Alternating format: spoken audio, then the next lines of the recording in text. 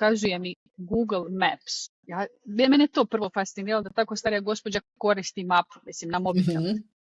I ja joj pokažem gdje treba ići i ona govori prekrasan kvart.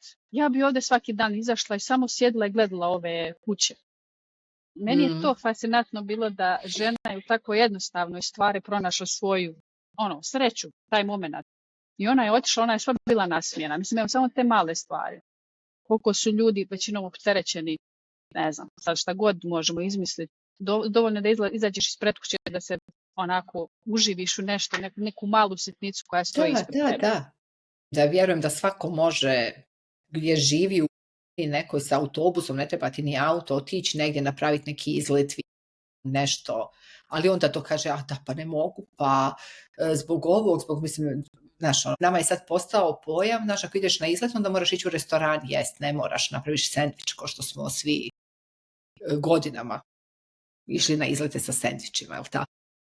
I svi smo živi, nikom se ništa nije dogodilo. Djeca više kad idu sa školskim, na školske izlete više se ne nose sendviči, nek se organiziraju ručko, jer je sendvič i onda im daju tamo neku pohanu, bilo koji sendvič da pojede, nutritivno bogatija namirnica koju mu mama napravi, ali ne, to je sad, postali smo jako pomodni, ali to je sve traženje izgovora, ako ćemo biti iskreni i realni, to je samo traženje izgovora, kako kažu, dobar izgovor zlatan. I uvijek možeš naći neki izgovor. To je samo osvijestiti, znači malo se pokreni, prošetaj, malo napravi za sebe. Ja kažem, to je toliko kao, pa kako da se posvetim sebi? Pa sjedi 10 minuta dnevno, 15 minuta dnevno i gledaj u zid. Što da gledam u zid? Da gledaš u zid. Jer ta ti dolazi i ta će ti se svašta posložiti u glavi. Nije briga o sebi frizer, kozmetičar, pedikura, manikura. U današnje vrijeme to je osobna higijena. To nije briga o sebi. Ja bar tako mislim. Ne morate se složiti, ali, znaš, kaže, ja brinem o sebi, idem i redovito se farbam.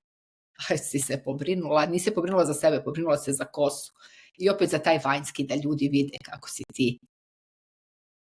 Naš mentalitet je to, što se na van vidi, to je bitno, što se ne vidi. To je jako teško iskorijeniti. Ja znam, meni je tata bio jako strog i onda on meni, pa ne možeš ovo, ne možeš. Ja sam samo govorila, tata, što ti meni toliko ne vjeruješ? I on meni kaže, ne, ja tebi vjerujem, ali šta će ljudi reći? Ja sam to mrsila i zna duše, znam kako taj čovjek, pa nije on sad neko neuko, da on sad meni samo njemu će neko drugi reći.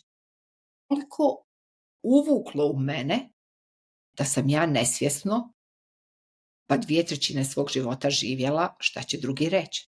Ali stvarno, pa neću sad to reći da tamo šta će, to se uvuče u nas, mi nismo ni svjesni toga koliko mi toga pokupimo što nama ne služi. Ali nije sve negativno, imamo mi naravno i dobrih stvari,